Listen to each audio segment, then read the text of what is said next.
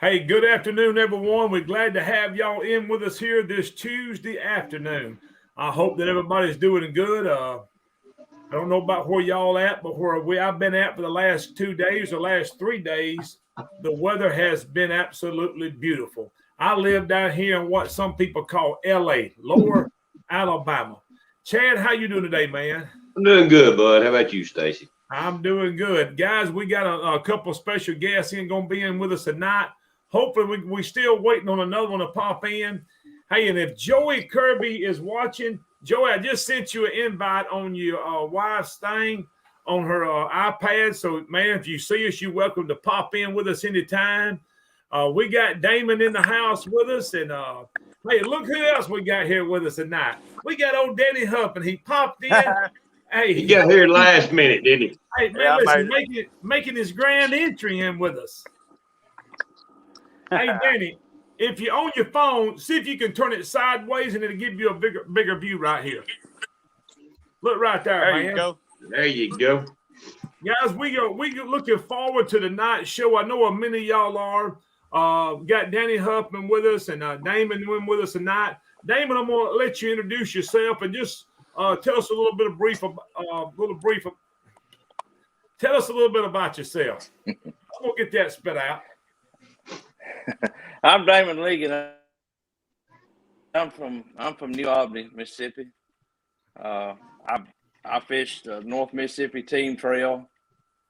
I fished the Mississippi River a good bit, Tennessee River. That's me. Hey, well, I know you probably ain't gonna say nothing, but a guy did tell me the other day that you said you fished the North Mississippi Catfish Trail, ain't that right? Yes, sir. Was you the points champion here a couple of years ago or something? I was, like last year. Last year. Well, good deal, man. Congratulations on that. Yeah. Thank you. Hey, we got Danny Huffman in the house with us, guys. And if you don't know this man, you fixing to. Danny, tell us a little bit about yourself, man. Oh, man, I'm just old country boy. I live over here in West Point, Mississippi. Run bulldozers, track hose, we do whatever needs to be done. Oh, hey, guys, it's so good to have y'all in here. One guy here, David Swearengin, I reckon, he said don't live far from you, Damon.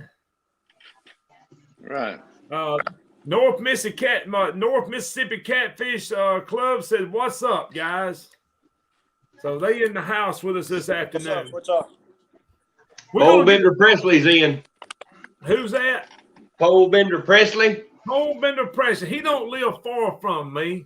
I'm going to tell you, he is a great guy to be around. He's a good guy to be off with. Man, he's always carrying on, and I love fishing with him.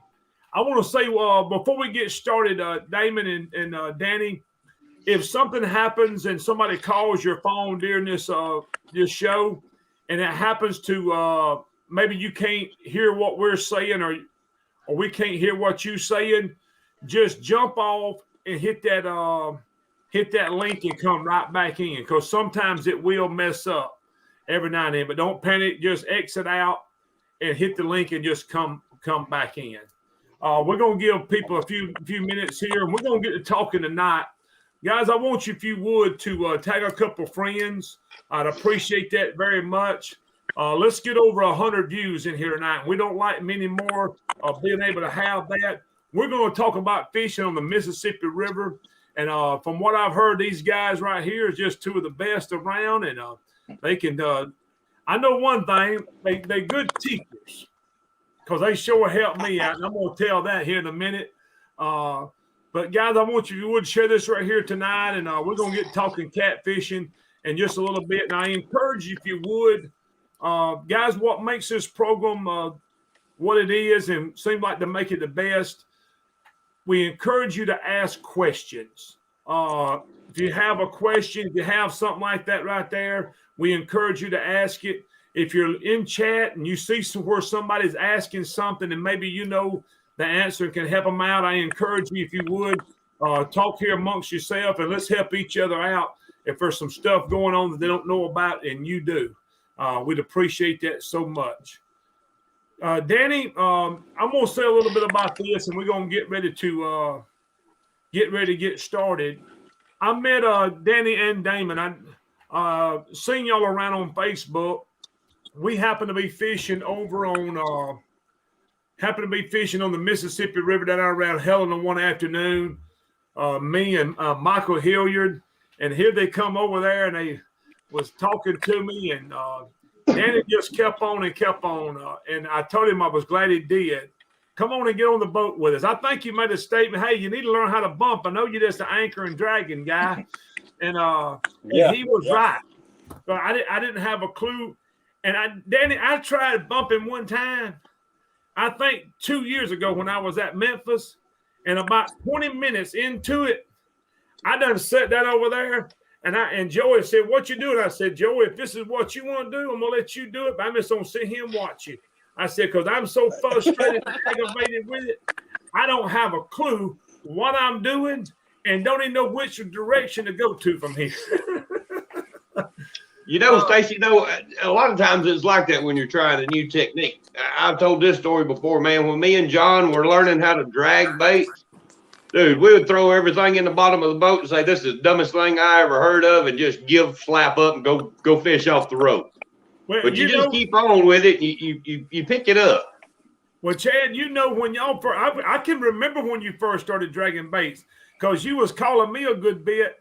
Yes. What do you do here? What do you do there? How you do this? And it goes through the same thing, because I remember first dragging baits, and it was the same thing. But bumping, man, it was moving so fast, I would get hung up.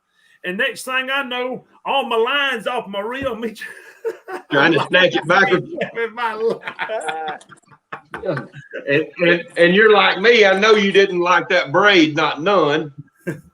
I'm trying to. I mean, the boat done moved so fast. And my spool just steadily rolling. Look, that I ain't got no line on my reel. I'm like, I'm gonna need more line or more reels or something to do this right here. Start the boat and run up, catch up with it, put some line back on your reel. Danny was pretty persistent that day, and jumped on the boat with them, and within just 15 minutes, and then caught one. You know, yep. And I felt encouraged because of the things that you just shared with me real quick. I could feel the bottom, which it was something I had been losing contact with the whole time. And you was telling me about the boat, and it wasn't very much longer. Man, we put one in the boat 40 plus pounds. And I'm like, hey, I'm sold on this right here. Danny, I want y'all to just jump in and share a little bit on the tips and techniques on walking these baits, man, in this current down the Mississippi River. Man, it's so many factors in that. I guess a general rule is you want to cut your current speed in half. It's about, if the current's 4 miles an hour, you want to go, 2 miles an hour. Just cut it in half so you can get a pull on that bait and that weight. And if you got a pull on it, you can feel what's going on a lot better than if it's just straight down under the boat. You don't know if you done hung up, and the weight will be up in front of the boat before you know it. And it's about a general rule on your weights is about an ounce per 10 feet. If it's 50 foot deep, you want a 5 ounce weight. If it's going to be 60 foot, a 6 ounce weight. And you just try to cut that speed in half on your current. Me, I like a small braid. That way it's not pulling on the line as hard. You got a smaller line. It's got less drag in the water. You can feel what's going on a lot better. And Danny, I remember you telling me that when we was out there, the very first thing you did tell me, you made mention about, you like the smaller diameter braid, the smaller weight there, and that did make good sense right there, because that water's not been able to catch that line as good, Right. It don't put the rainbow in it, I guess you'd say. Yes. Where that line's just arched around to your weight. Yeah, you can feel more direct what's going on if you got that smaller braid on there. Yes, sir. And it seemed to be the thing I want to encourage with everybody, and it was something that I could not get it on my own. That was one of them things I did not have a clue. It's hard for somebody to go out there and figure that out, man. If it wouldn't have been for people helping me get started at it, I would have never figured it out. I didn't have a clue. I done tried it, and I just like I did not know the concept of it, and was confused about it. But it seemed like with just a bit of within 30 minutes. Yeah. By far, I'm not no expert on it, but I did understand the concept of what I was supposed to be trying to do, and I got me a base that I can start to learn on. You know what I mean? Right. I think you caught fish the next day by yourself, though, didn't you? I did. Hey, I felt really good then. You know what I mean? Hey, and then and there's nothing no better than confidence. I see. And I told Michael, the guy I was fishing with, I said, we're going to Friday, and all me and him ever done was anchor fish and drag, and suspend some stuff, and I said, Friday, we're going to just jump out there. I said, I got to see if I can do this by myself. I said, I know I bumped going down through there, and I done pretty good, but I had Damon and Danny controlling the boat. I said, so they was doing the majority of the work I would not do. I said, I got to see if I can do this by myself. And it took me a little bit, but once I caught my first fish and my second one and my third one, hey, I'm like, I was like, I done it by myself. You know what I mean? I can do this. So and started to understand the concept of that. And the boat speed seems to be a whole lot to do with it, doesn't it? Yes. Yeah. Right now, if I was out there bumping that river, I'd have that trolling motor probably on 9, just trying to present that bait as slow as possible. Yes, sir. It's reverse dragging, I guess you'd say. When you're dragging that river down through there, you don't want to be going 2.5 miles an hour. You want to slow that bait down and give him time to get it. You can watch some videos and stuff on bumping baits, but till you get out there and do it, it's all about feel. You have to feel it. You have to, it's just about that feel. We were doing it. Aaron Churchwell got on the boat with us Thursday or Friday before MRM, and we got out there, and until you just do it and feel it, nothing can really explain it until you do. And one thing we were doing, we were down through there bumping, and my buddy John lost contact with bottom. He just got a bunch of slack in his line. And Aaron said, "You get slack in your line?" And John said, "Yeah." He said, "Well, reel, man, reel." He said, "That's a fish." Yeah. Sometimes they'll come straight at you. Yeah. Yeah. And everyone John called on tournament day bit the same way. Yeah. Just like somebody took scissors and cut the line. It didn't take me long to figure out that about the second time that I got slack in my line, and I was sitting around there still trying to find my weight, and I'm doing this, and I go to reeling on it, and I finally catch up with it, and it goes to doing that right. I'm like, I got a fish. I'm like, the next time I had slack in my line, baby, I went to reeling. Yep. Now, one thing about me and Stacy both is I think both of us can get hooked on this technique of fishing real easy like. Oh yeah, it's my favorite. I've drug baits out from one end of the Tennessee River to the other, and if it's night, if the water temperature's right over here on the Mississippi River, I'm gonna be bumping. It's nothing like having that rod in your hand when you get that strike. So what's the target water temperatures? 60 degrees. Once it gets below 60, you bump bite pretty much. Pretty Goes tough. away. Yep. Almost nil. You can still catch them bumping, but you just got to run that trolling motor hard, slow it down. Yeah. Slow. I can see that. Hey, guys, I want to ask y'all two this. There was Ricky Stacy put on here. Could you just float down river with the line dragging and do okay? I reckon just something sort of up onto the boat. Yeah, you can. Yeah. Hey, and somebody else asked a question. Get hung up a lot. Yeah, I was just fixing to say, because I had the bright idea my first year there that I thought to myself, I ain't never go back to this. This has been one of my first years at Memphis. I'm like, well, I'm just going to throw me some weight out and just drag it down through here and slow my boat down. I hung everything I had up. And by the time I was getting it reeled in and get a new one tied up and let it back down, I'd hang it up. Well, when you're bumping, that line is behind you, so it hits that structure first. So as it hits that structure, you can pop it out and get it out.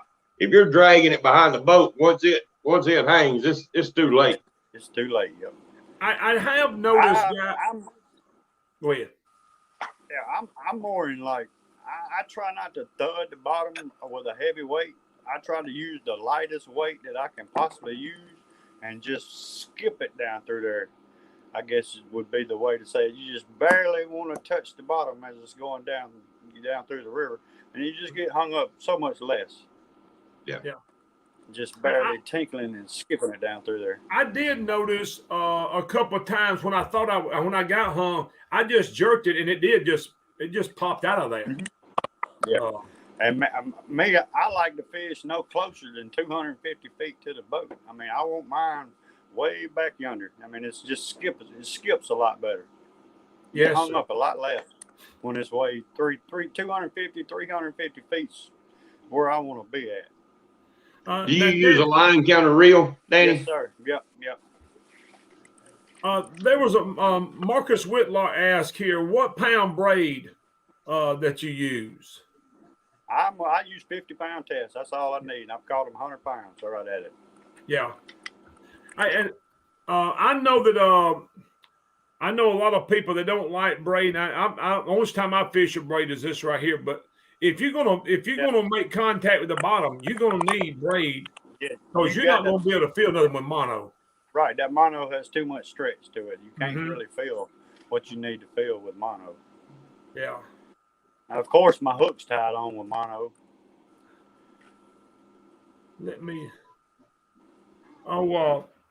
Now there was another thing, Danny. The day that we started out, I want to try to give these guys that's on here the best description that's never done this. Hold on just a minute. That's never done this, and maybe it's trying to get started. I would say, man, you probably need to get with somebody.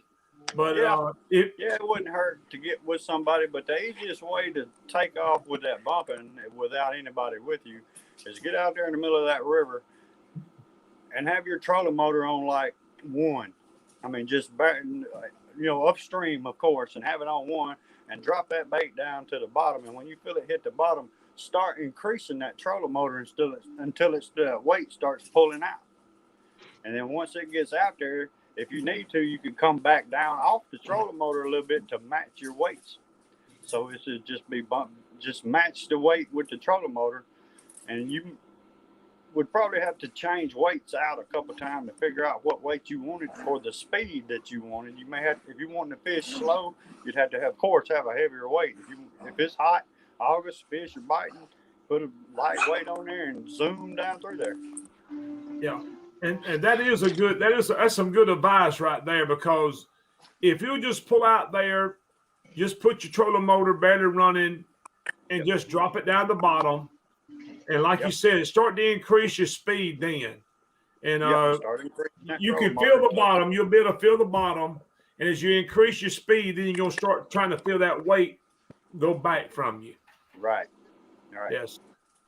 Now, I will tell you one thing I learned over there real quick this summer is a 24-volt trolling motor and the Mississippi River you ain't going to be able to bump for very long. Not long at all. David, what you laughing at? I dealt with that 24 volt for a whole year. Finally, now I got me a 36. So. Hey, I'm gonna tell you, aggravating.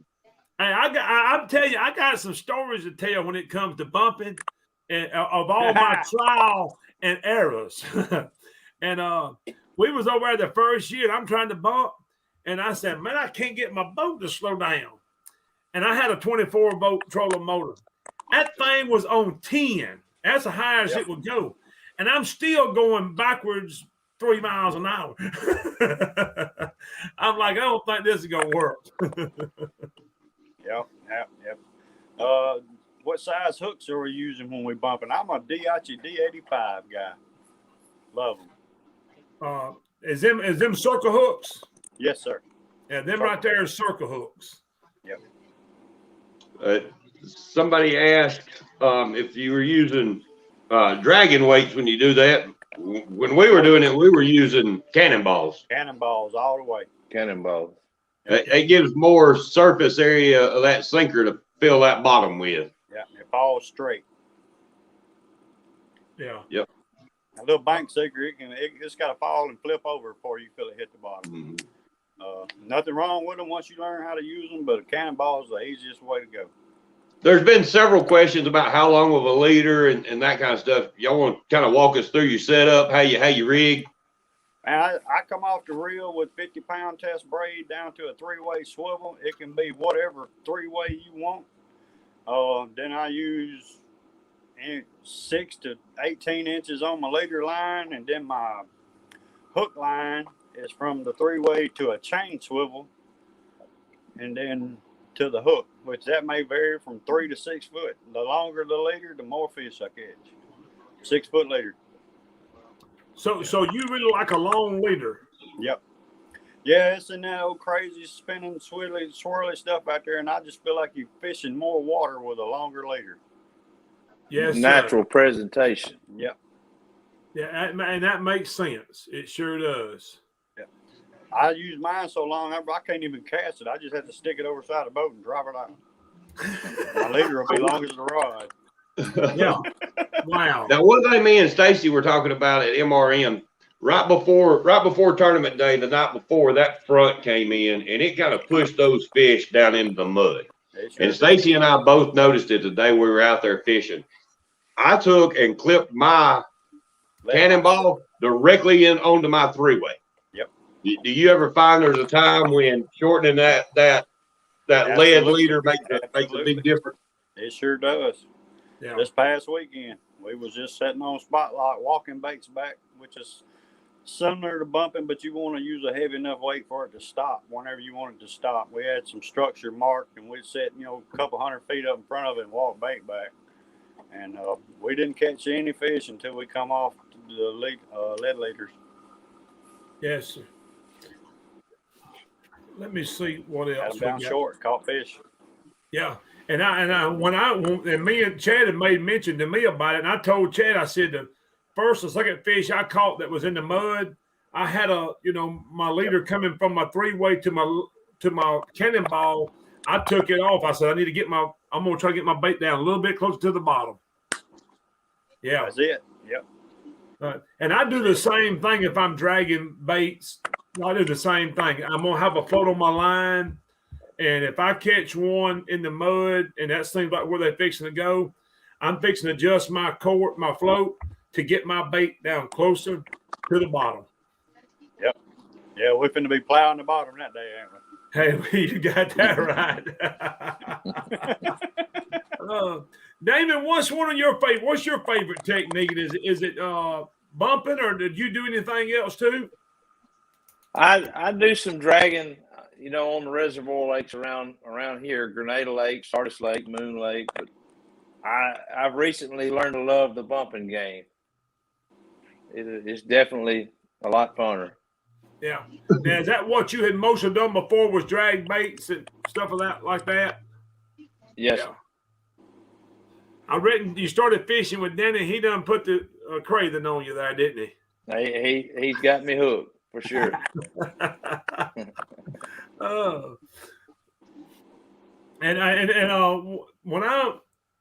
will say this, man, the bumping the baits in that current is really addictive.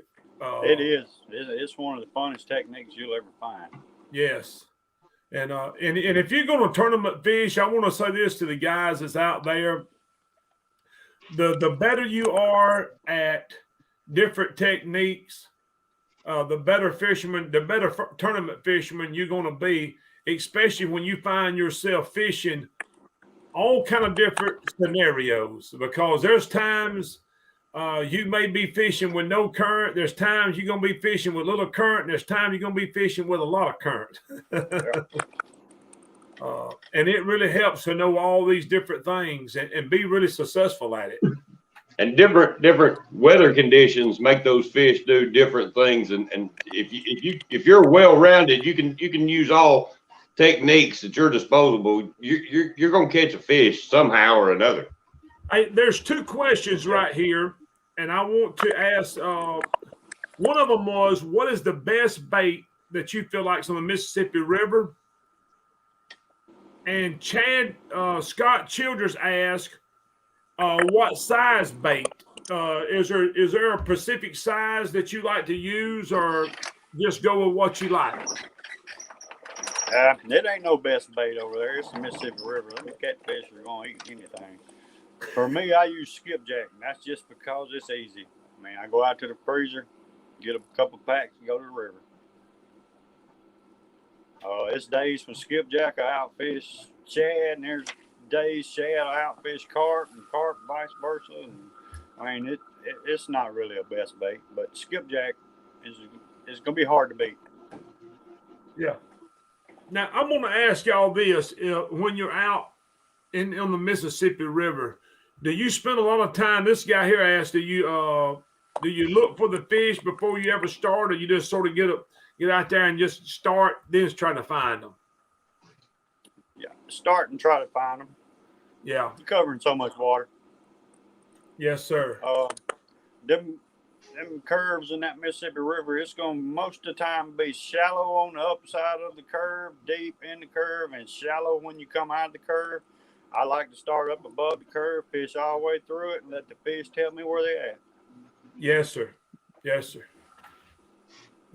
And you're moving 2 miles an hour, you can cover a good bit of water, pretty quick. Sure. Sometimes I do look for fish. I mean, it's like anything else. No day is never the same. You may ride down through there and try to mark some, treetops or whatever, and look and see if the fish are in them trees, or scan that mud bank over there, see if they, on the mud, on the revetment walls, whatever. Yeah. Sometimes you just got to get out there and fish. Let the fish tell you where they're at. Yes, sir. Damon, I'm gonna go back to you for a minute. You fish, Right. Damon. You fish a lot of the North Mississippi Catfish Trail. Is that right? Yes, sir. Tell the people a little bit about the Mississippi Catfish Trail. Where do y'all fish at on them right there, mostly? We fish the Grenada Lake here in Mississippi, Sardis Lake, Moon Lake, which is a oxbow of the Mississippi River. Of course, everybody knows Grenada Lake, the crappie mainly, and Sardis. Sardis has got some great fish in it. Yes, sir. Now, Brad Andrews, he's the director of that trail. Ain't that correct? Yes, sir. Yes, sir. Guys, if you're in the North Mississippi area looking for a catfish trail to fish, get in touch with Brad Andrews at North Mississippi Catfish Trail. Ain't that right? Yep. That's correct.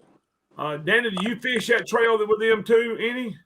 No, they mostly fish lakes. I don't do the lake thing. I got to be at the river. I fish the Mississippi Trail. David, it didn't take him. Mississippi Trail. Do what now? I said I fish Brian Mayo's trail. He's got the Mississippi Trail. Yeah. Hey, David. All of his are on the Mississippi River. He went to shaking his head no real quick. real quick. No, I hate fishing in mud holes. If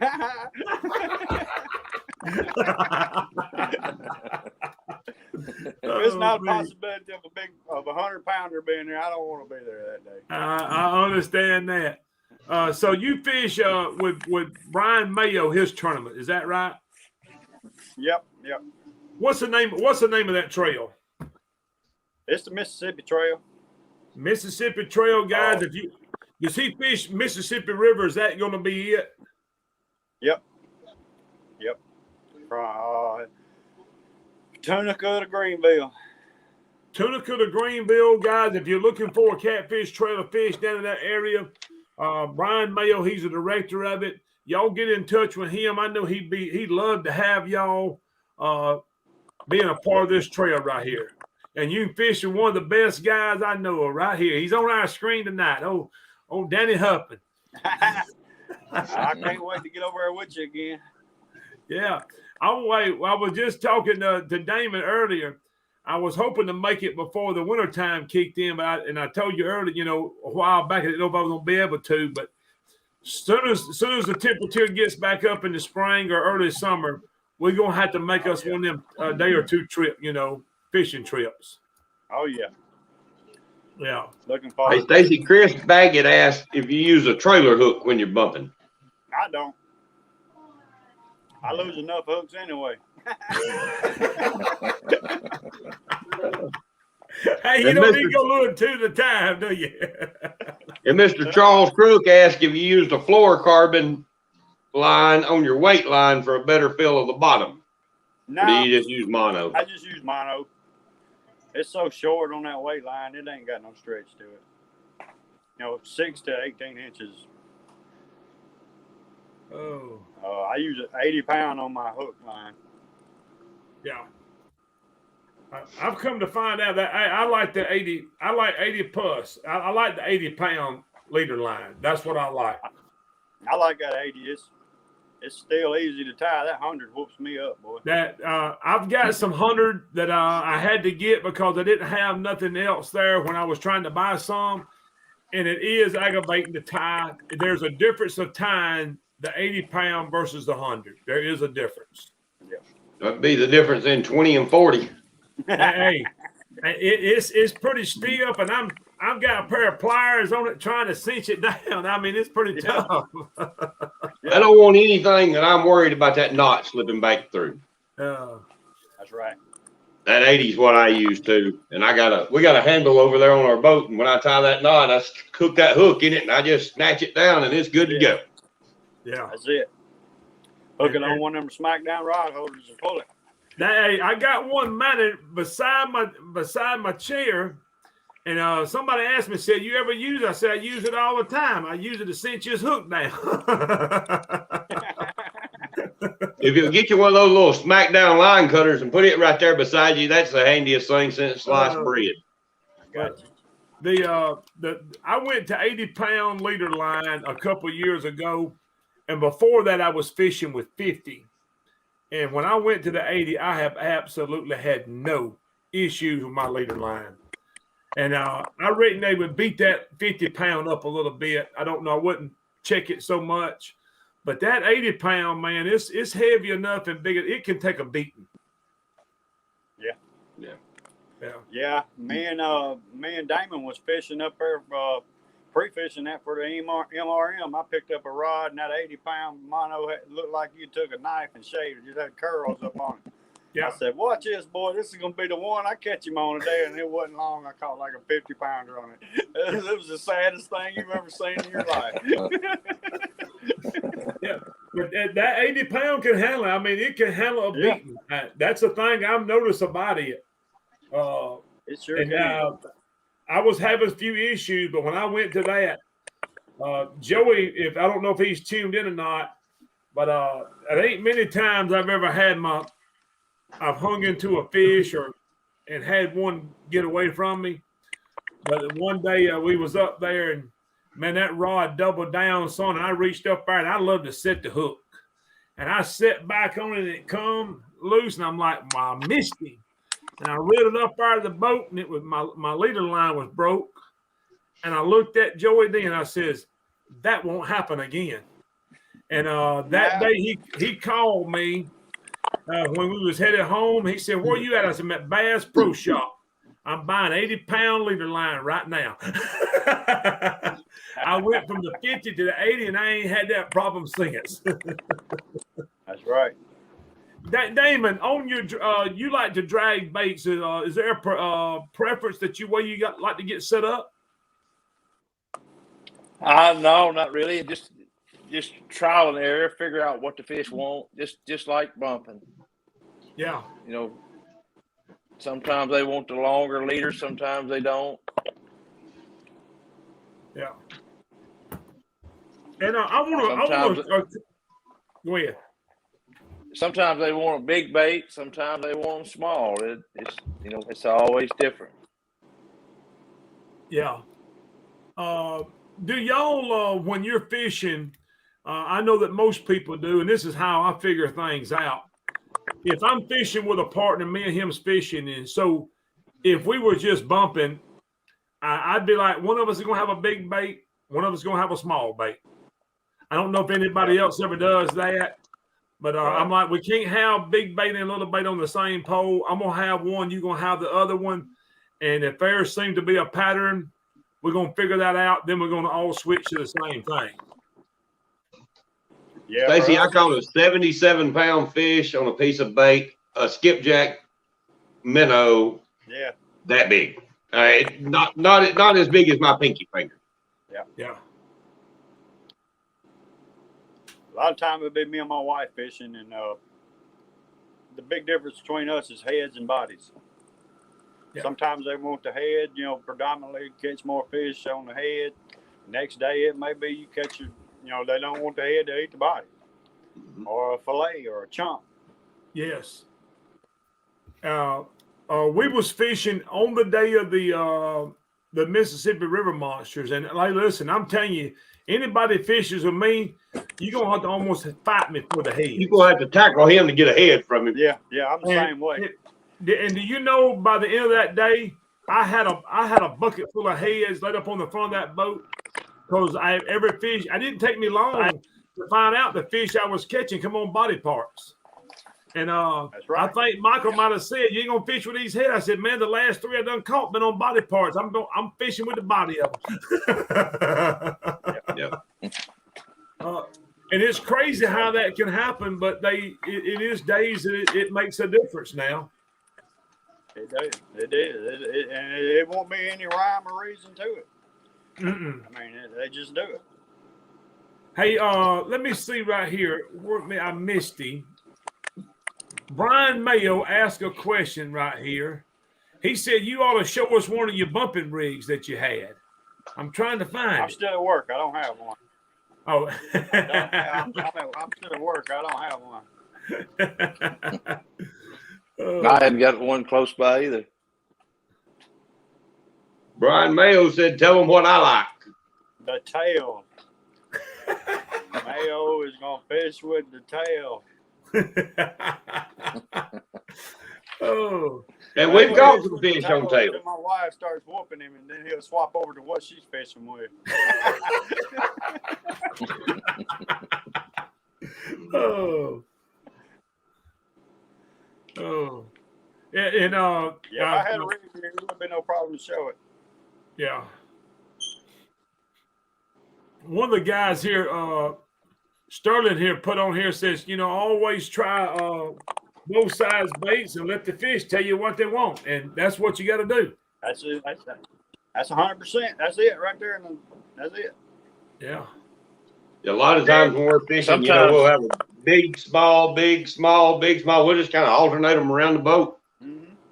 And you just pay attention to what you're catching them on. You'll figure it out. That's it. Damon, what'd you have? What'd you vision say something? I use a fillet sometimes, just a long piece of the skipjack side. Mm-hmm. Sometimes that's what they want. It is. And I think that bait a lot of time is overlooked. Well, I'm going to tell you guys something that I ain't never told anybody else, but a long time ago when we used to fish, and we've just quit doing it, and I don't really know why. Because we used to catch a lot of really, really good fish on it. We'd use skipjack, just the guts out of it. Yep. Same with shad. The gizzard, that shad. That's a good bait. We would take all the guts out of it, and we'd put us a little piece of fillet on, just 4 or 5 inches, and we caught a lot of good fish off that. Yep. Danny, Marty said the reason he had to use the tail is because y'all done used up all the heads. Ain't as bad as it used to be. My wife tried to claim them now.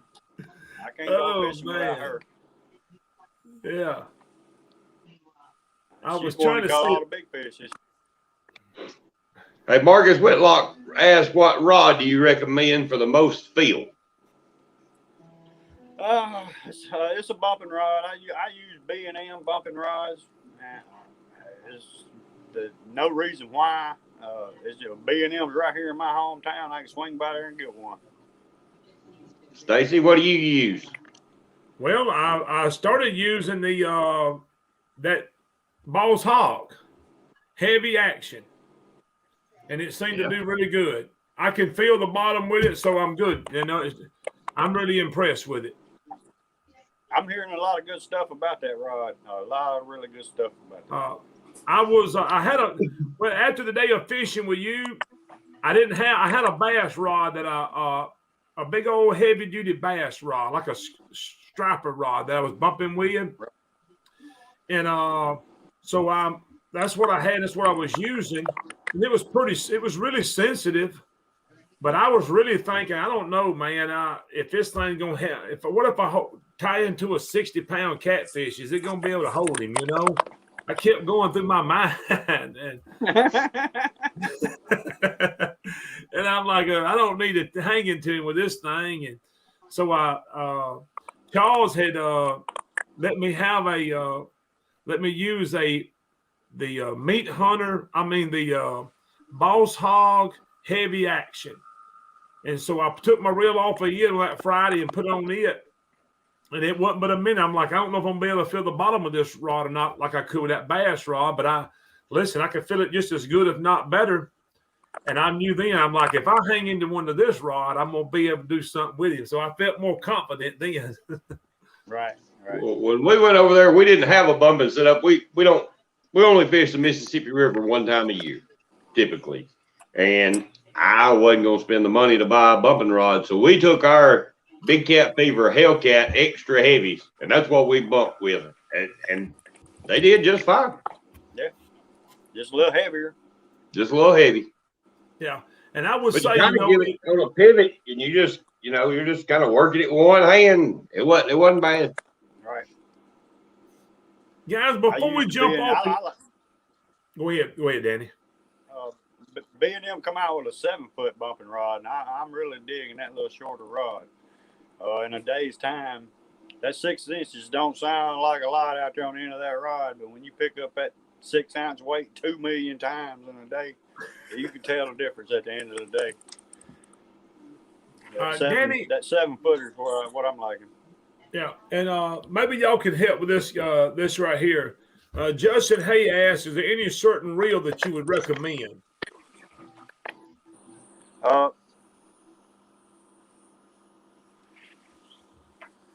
think we lost. His boss came by. He had to jump off. No, I'm back. Well, I like it. I use 6500. I get Corey and him up there at Pipeline Tackle to put line counters on them and put a upgraded drag system in them a little bit. Yeah, so Corey there at Pipeline Tackle can put a line counter on the 6500. Yes, sir. Good deal. I got 10 of them. Hey, Stacy, Robert Thomas said, can y'all ask everyone to go see the ACA post or visit the Clinton Lake Catfish Tournament Series page? I will share it and send a letter or email to help you out. The Illinois fishermen, the state is going to try to tax our tournament and giveaways. Yes, sir. We'll sure do that. Robert, put out there wherever you go. You go post it on your his page, maybe. Yep. And so it's on the ACA. He's got a post about it, and the Clinton Lake Catfish Tournament Series page has got a post on it. All right, guys. So y'all, I'm fixing to pop it up here. Guys, you can see what this right here is about. Chad, Stacy, can you ask everyone to go to the ACA post or visit the Clinton Lake Catfish Tournament Series page? There's 2 pages right there that you can go see the information on this. And if you can, please help them out here. We'd appreciate it very much. Before we jump off here tonight, Damon, I'm gonna is anything, any extra, any stuff, any other fun stuff you want to throw in and anybody you want to give a shout out to, man. The biggest thing that I can think we didn't cover is on the weight line bumping. We like to use a lighter weight to where it would break off before you lose your whole rig.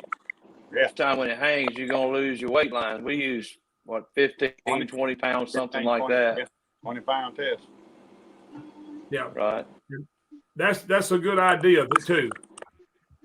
So, guys, when you on your weight line that you're going from the three-way swivel to your cannonball, grab you some kind of line that's 15, 20 pounds. That's where if you hang the cannonball up with your weight, you're able to snatch it loose without losing everything. All right. When I would rig mine up, I rigged a loop in the end of mine where my weight went, and then I could just switch out my weight without cutting it off too. You could undo it. That's exactly how I do mine. Right. I mean, I might start out at the top of the curve with a 4 ounce. By the time I get down to the end, I done change that to a 5 up to a 6. I mean, usually them curves are deeper as they get, it gets deeper as you get into those curves. Yes, sir. So, changing weights. Yeah. Danny, anything you want to add, man, that maybe we missed or something, or anybody you want to give a shout out to or anything like that before we get off here tonight? If anybody ever over here wants to come fish on that Mississippi River, all they got to do is hit me up. I'll be glad to go with them anytime and show them what I know. I mean, I'm all about sharing what I know. I like to see people do just as well as I do. Yeah, I spent a lot of time and a lot of money over on that river without knowing what I was doing, and it really wasn't making any sense. And I had a couple of good friends of mine took me over there. Adam Long, Nick Dominio, they showed me how to get this thing started. Yeah. And I want to say this, Danny, to you and Damon. Guys like y'all is what is helping catfish continue to grow and be the sport that it is. Being able to teach somebody how to do something who don't have a clue to do it, and then they're able to go catch catfish and able to catch good quality catfish. They're hooked in the sport. Then they teach somebody else, and you just start seeing this thing start to grow and grow and grow. It's like any other thing that I started out years ago, trying to learn everything I could about it. And with what's going on today with folks like you and Damon, being able to bring you on a program like this, it takes that learning curve. When a fellow that would get disgusted and quit and go try something else because nobody would help him, now he's starting to learn and find out how to do things, how some of the other guys are doing it. And you start to see this sport continue to grow and grow. And people like y'all, man, is what's contributing greatly to the growth of this sport. And I thank y'all so much. I'm not the best at it by no means, but I will show you everything I know. I ain't got nothing to hide. Well, I'm going to say this, Danny. The day that I jumped on your boat, you explained things to me that I really understood and grabbed the concept of it really quick. Right. When you told me about, hey, we can take 5 ounces, what we were doing today, and we can control this weight a lot just by boat speed, or to speed it up or slowing it down. And after doing that, it made sense to me. And when you're going down through there, you'll find out if you start to lose control of your bait, hey, speed your boat up a little bit. You'll start to grab back control of it again, And if it's come back in front of you, so. Guys, I encourage you again. I want to thank y'all so much for being on here with us tonight. I do want to, Edmond Crowder is going to have a tournament this weekend, Christmas for Kids. That will be this weekend. You can go to his page. Edmond, make sure you put up something on your page right here that tells a little bit about this tournament. Edmond also, I got Big Brahma Brian Taylor bringing some SmackDown rod holders for you to give away at this tournament, however how y'all want to do it. But he is bringing some up there for me. Guys, if you're looking for a tournament around the Tennessee River, around the Wheeler and Wilson area, get in touch with Edmond. This is going for a great cause, Christmas for Kids tournament. In Edmond, It'll be out of Ingalls Harbor, Stacy. Where's it at? Out of Ingalls. Out of Ingalls Harbor, they're in Decatur. So y'all contact him. That'll be this weekend, Saturday.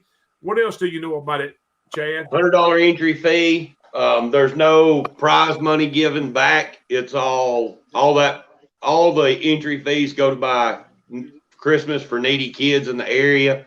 Last year they bought Christmas for a pile of kids. It's a great thing, but there'll be a lot of great sponsors like SmackDown CatFishing and a bunch of others that give prizes. So there'll be prize packs for the winners, and I mean you'll leave with more than what you've got in it, and it's helping a great cause. So yes, it is. Yes, I want to continue to ask y'all to pray for Miss Paula Smith. Continue to lift her up in prayers. She's going through some battles there with some cancer stuff, so I'd appreciate that very much. Yeah, Stacey, I think Brian St. Alma is as well. Yep. Yes, I think you're right. So Brian St. Alma, guys, y'all please lift these guys up in prayer if you would. Continue to pray for them and pray for their families. Guys, good to say. Enjoyed it tonight. I'm fixing to jump off of here. And we will see y'all again on here next week around the same time, hopefully, if nothing don't happen. And I want to thank y'all too again, Danny and Damon. Thank y'all so much, man, for being a part of this program tonight. Yes, sir. Thank you for having us. Enjoyed it, guys. Thank y'all. Sir. Hey, God bless y'all, and we out of here tonight. All right. Have a good one, buddy. Yes, sir. You too.